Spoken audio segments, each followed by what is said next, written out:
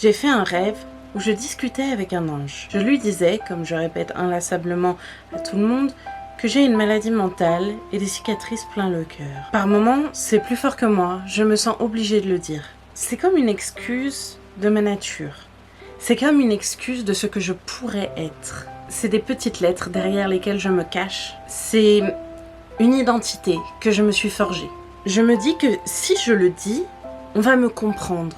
On va parler mon langage.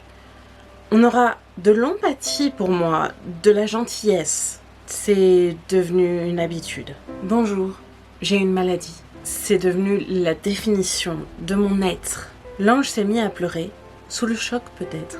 Ou peut-être parce que je lui avais décrit mes souffrances avec ce grand sourire placardé sur mon visage qui cache mes fêlures. Une part de moi se sent mal parce que je pense que ces larmes sont de ma faute. C'est mon instinct. Je fais pleurer les gens. Je leur fais du mal. Je suis néfaste. Et puis, une part de moi espère. J'espère avec le cœur qui bat fort que peut-être il va me comprendre, comme par magie. Mais je n'espère pas trop. Je suis une pessimiste, une misanthrope, une cynique. Et les cyniques n'espèrent pas. Il a fallu un moment pour que l'ange respire. Et il m'a parlé. Je connais un autre ange. Il m'a dit, ma partenaire, et elle a la même maladie que toi. Je la vois souffrir, je la vois se battre, je la vois sourire aussi souvent. Je n'ai pas cette maladie, mais quelque part, je la vis par procuration. Il a continué. J'ai senti un poids sur mes épaules et je me suis presque excusée. Je lui ai murmuré, les joues brûlantes de honte, qu'il en fallait de la force, qu'il en fallait du courage. Tant nous sommes lourds à porter. Je n'avais pas repris mon souffle que l'ange m'a interrompu. Non, il m'a assuré. Vous n'êtes pas lourds à porter. On a envie de vous porter. Vous êtes des personnes tellement brillantes et sensibles, intenses et douces, passionnées et passionnantes.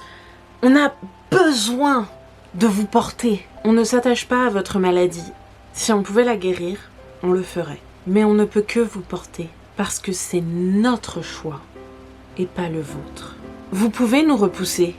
Vous pouvez vous faire croire que vous ne le méritez pas. Ce n'est pas à vous de décider. C'est nous qui choisissons de vous porter. Pas par pitié, parce que vous êtes des personnes lumineuses sans lesquelles on ne pourrait pas vivre. Ça, c'est de l'amour que vous ne connaissez pas. Il vous est étranger. Alors on vous porte, jusqu'à ce que vous y croyiez. Mes lèvres ont tremblé de pleurs que j'essayais de retenir. J'ai besoin de toi, m'a dit l'ange, pour te montrer que tu n'es pas que ta maladie, que tu n'es pas que de la souffrance, que parler ouvertement de tes cicatrices, c'est courageux, c'est bien, mais ce n'est pas ça une mise à nu. La vraie mise à nu, c'est de montrer la personne que tu es derrière la maladie. Et je vais t'accompagner pour te montrer qu'on peut être malade et solaire. Solaire, j'ai pensé. C'est un mot qui m'a suivi dans mon passé et dans mes rencontres. Solaire, c'est éclatant, explosif. Solaire, ça éclaire les gens et ça réchauffe les cœurs. Moi, je veux bien faire ça. Je veux bien être solaire. J'ai dit à l'ange que c'était une jolie description, mais que moi, j'avais du poison dans les veines. Il m'a répondu que le poison, ça s'estompe à coups d'antidote. Et que certaines personnes ont besoin de plus d'antidote que d'autres. Et que parfois l'antidote ne fonctionne pas aussi bien qu'on l'espérait.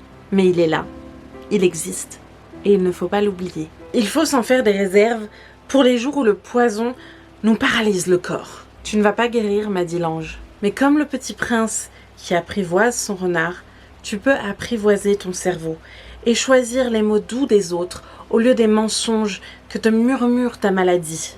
C'est comme une entaille sur ton bras que tu penses délicatement.